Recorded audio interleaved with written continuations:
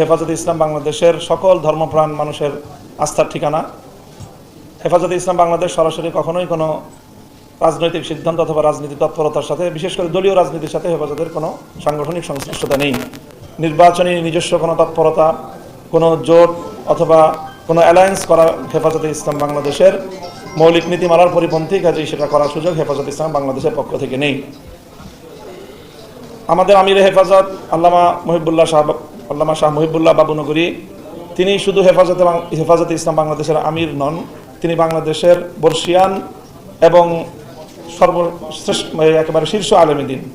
তিনি বাংলাদেশের প্রায় শতবর্ষী শিক্ষা প্রতিষ্ঠান জামে আজিজুল উলুম বাবুনগর মাদ্রাসার মহাপরিচালক।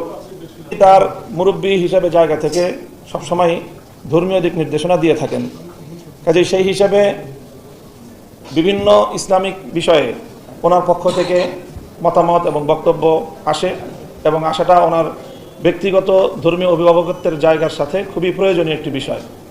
কাজেই সেই হিসাবে কোনো ইসলামিক বিষয়ক কোনো বিভ্রান্তি নিরসন অথবা কোনো ভুল মতবাদের খণ্ডন, এটি আল্লামা শাহ মহিবুল্লাহ বাবুনগরীর ব্যক্তিগত এবং সারা দেশের আলেম সমাজের ইসলামের অভিভাবকত্বের জায়গা থেকেই তিনি এই বক্তব্যগুলো দিয়ে, উচ্চ অভিভাবকত্বের জায়গা থেকে ওনার মতামত। এই বিষয়ে হেফাজতে ইসলামের কোনো বক্তব্য, সাংগঠনিক বক্তব্য যখন থাকবে, হেফাজতে ইসলাম সাংগঠনিক ব্যানারেই সেই বক্তব্য হেফাজতে ইসলাম প্রদান করবে।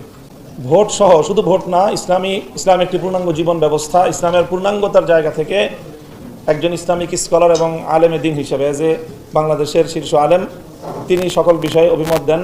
কাজেই সেই জায়গা থেকে ভোট এবং নির্বাচন যখন আসবে, তখন ধর্মীয় দৃষ্টিকোণ থেকে উনি ওনার মন্তব্য এবং ওনার বক্তব্য, ওনার দিক নির্দেশনা জাতির সামনে তুলে ধরবেন।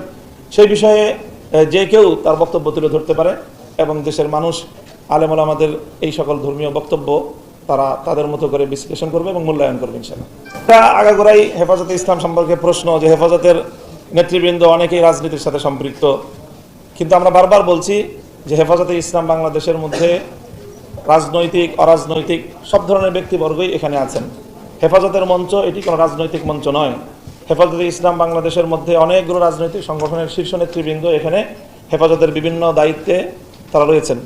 কাজেই তাদের যার যার দলীয় পরিচয়ে, রাজনৈতিক দলীয় পরিচয়ে তারা রাজনীতি করেন। তাদের রাজনৈতিক বক্তব্য, তাদের রাজনৈতিক এজেন্ডা, তাদের রাজনৈতিক কর্মসূচি, এটা কখনোই হেফাজত অন করবে না। এটা সবাই যার যার দলীয় প্ল্যাটফর্ম থেকে তারা করেন, এবং তার দলীয় প্ল্যাটফর্ম এটার জন্য দায়ী বা তার দায় নিবে। হেফাজতে ইসলাম বৃহত্তর অরাজনৈতিক একটা প্ল্যাটফর্ম। কাজেই হেফাজতে ইসলামের কোনো নেতা যদি কোনো রাজনৈতিক তৎপরতার সাথে সম্পৃক্ত হন, সেটি তার দলীয় পরিচয় করেন, হেফাজতের পরিচয়